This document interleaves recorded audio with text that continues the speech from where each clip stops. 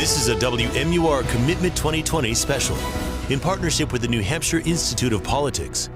Conversation with the candidate. Tonight, Congressman Tim Ryan. Good evening and welcome to our Conversation with the Candidate series. I'm Adam Sexton and our guest this evening is Democratic Representative Tim Ryan of Ohio.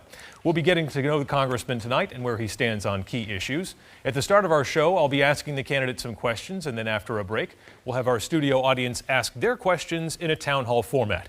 But before we begin with that, let's take a quick look at the candidate's biography.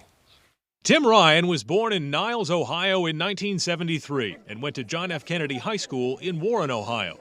He earned his bachelor's degree in political science from Bowling Green before coming here to New Hampshire to get his law degree from the Franklin Pierce Law Center, now the UNH School of Law. Ryan worked as a congressional aide in the U.S. House and then served in the Ohio State Senate. In 2002, he was elected as a U.S. representative from Ohio and has been re-elected 8 times. Ryan is a member of the House Appropriations Committee. He's a co-chair of the Congressional Addiction Treatment and Recovery Caucus, a member of the Bipartisan Task Force to Combat the Heroin Epidemic, and co-chair of the Congressional Manufacturing Caucus, which seeks to strengthen the country's manufacturing base and reform trade policies. He has written several books, including one about the return of the American family farm. Congressman Ryan is married and has 3 children. Representative Ryan, thanks so much for joining us this evening. We appreciate it. It's a pleasure. Thank you.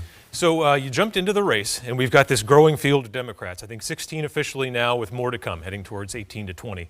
What made you look at this field of Democrats and say, you know what, I got this? Well, I can win. I can beat Donald Trump. I come from an area of the country where I do very well in my congressional races, and Trump won 3 of my districts, 3 of my counties. And we've got to beat him. We've got to win Pennsylvania, Ohio, Michigan, Wisconsin. We've got great candidates in the race, but I know I can beat him, and I know I can get the economy squared away. I really understand the old economy because I come from the old Rust Belt, and I've seen it unwind over the last 30 years, 40 years. And we've been preparing for the future economy, and I understand that, and I know I can use the power of the White House to get the job done for us. So a lot of voters are looking for something different, and President Trump won on an anti-Washington message. When voters are asking you, hey, what can you bring to Washington that's different since you've been there for so long, what do you say?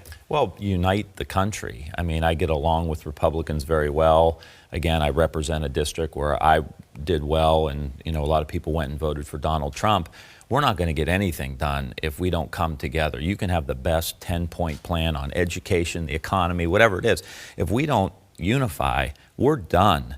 And the most important thing for us to do is to rebuild the middle class. And we're weak now because we're so divided. And Russia likes the fact that we're divided. China loves the fact that we're divided. So the best thing we can do is come together. I can unite this country and set a really bold, aspirational agenda that's going to rebuild the middle class. You talk about uniting the country. How do you find a bipartisan consensus in Washington, though? Are there any specifics there? I think it's important to actually campaign on what you're going to do. I don't know if this sounds like a novel idea or not, but lay out some plans. We don't need the 10-point plan, but I think a big vision around electric vehicles, for example. We have 1 to 2 million electric vehicles today. We're going to have 30 million by 2030. I want us to make those in the United States. I want us to make the batteries in the United States. I want us to make the charging stations in the United States. Is that a Democrat idea? Is that a Republican idea? How do we bring the free market and the government and the educational institutions and philanthropy and venture capitalists all together around a big agenda? That's the job of the President of the United States. It's the most vital office in our democracy. And I feel like the President is fiddling around on his phone. He's bashing the former First Ladies.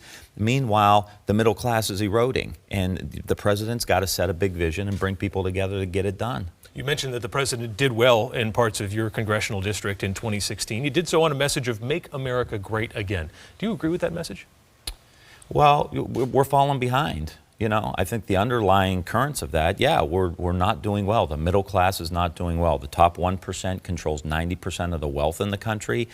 40 to 50% of American families can't withstand a $400 or $500 emergency. I think he tapped into that anxiety, and but he hasn't delivered on it. And that's the reality of it. We just lost 1,700 jobs at a General Motors facility with nothing to replace it. Not electric vehicles, not additive manufacturing, not solar, not wind, not anything. Because there's no plan. Because he's over there fiddling around, starting culture wars, race baiting, whatever it is that he's doing. And so he tapped into it. His genius is his ability to market. But we don't need a marketer. We don't need someone who can star in a reality TV show. We don't need a superstar. We don't need a savior. We need a grinder. We need someone who's going to get in the foxhole with the American people and together solve these really big problems that we have. Do you have any concern right now that the Democratic Party is moving too far to the left? I think the focus has got to be on economics. I mean, the reality of it is these issues around criminal justice are critically important. We need criminal justice reform. We need health care reform.